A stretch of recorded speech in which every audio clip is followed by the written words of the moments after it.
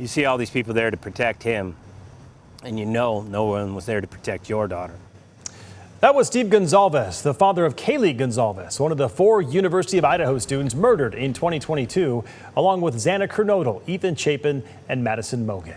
Bryan Kohberger is charged with their murders. His trial was set to start next month, but yesterday word broke that Kohberger plans to change his plea to guilty in exchange for the death penalty being taken off the table. New at 5 tonight, Abby Wilt with our sister station in Boise has the latest developments on the hearing.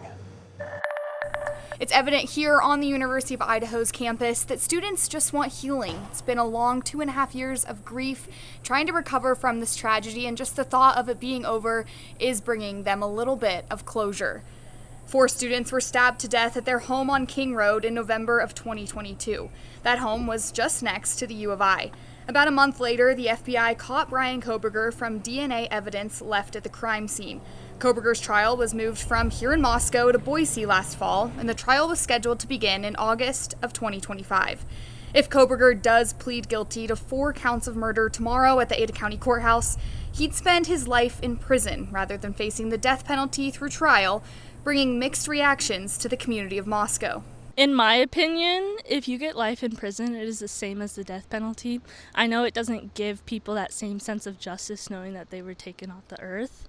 But to me, if they have to spend every waking hour in prison instead of being out in this world, that's the death penalty either way. It's clear being in Moscow how much they have come together, first in fear, then in grief, and now just to wanting justice for the 4 students who were stabbed to death in their Moscow home.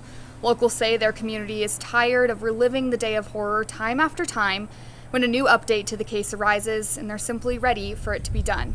And I will note that one of the victims' parents have released a statement saying they are, quote, furious at the state of Idaho. They say they do not want this plea deal. They said instead they're asking for full confession, full accountability, the location of the murder weapon, confirmation that the defendant acted alone, and the true facts of what happened that night.